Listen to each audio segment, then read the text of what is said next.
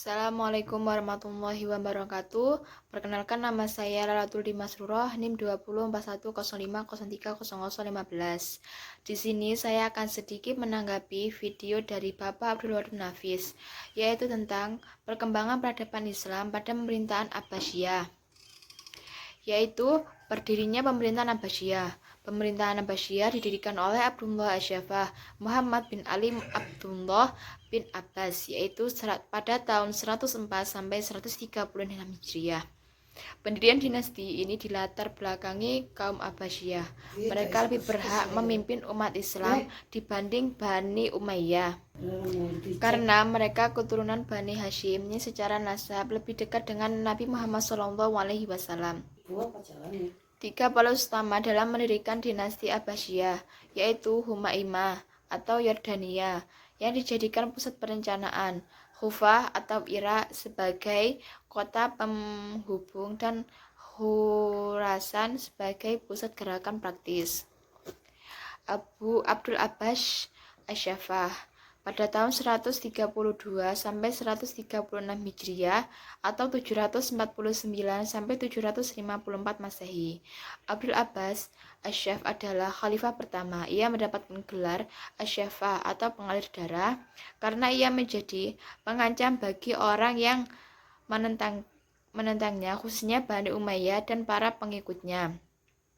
Ia meninggal di kota Hashimiyah karena sakit pada tahun 136 Hijriah atau 753 Masehi. Saat itu dia usianya baru 33 tahun. Sebelum meninggal, ia menunjuk saudaranya Abu Ja'far al-Mansur untuk menggantikannya. Abu Ja'far al-Mansur pada tahun 136 sampai 158 Hijriah atau 754 sampai 775 Masehi. Pada tahun 762 Hijriah memindahkan ibu kota dari Damaskus ke Hashimiyah, kemudian dipindahkan lagi ke Baghdad dekat Ctesiphon, bekas ibu kota Persia.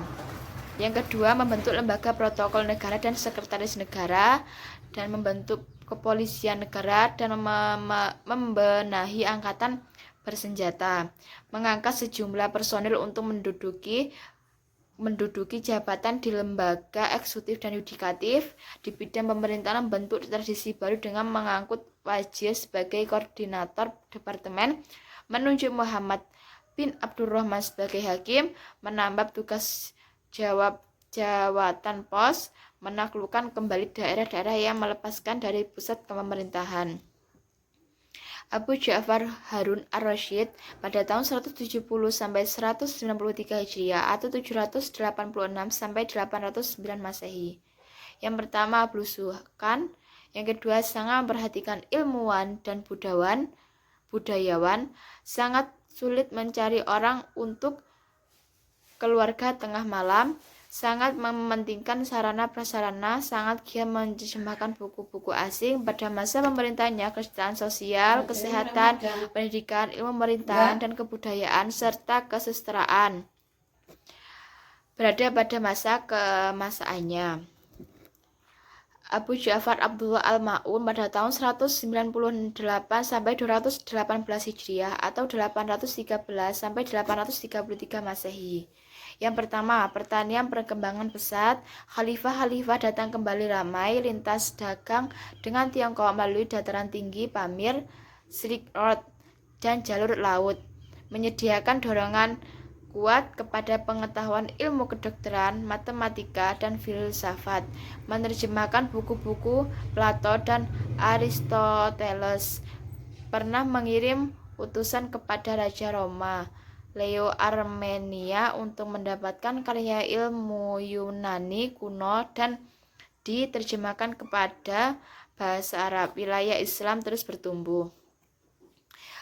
Runtuhan pemerintahan Abbasiyah, yaitu faktor internalnya. Mayoritas Khalifah Abbasiyah periode akhir lebih mementingkan urusan pribadi dan melainkan tugas dan kewajiban mereka terhadap negara. Yang kedua, luasnya wilayah kekuasaan kerajaan Abbasiyah.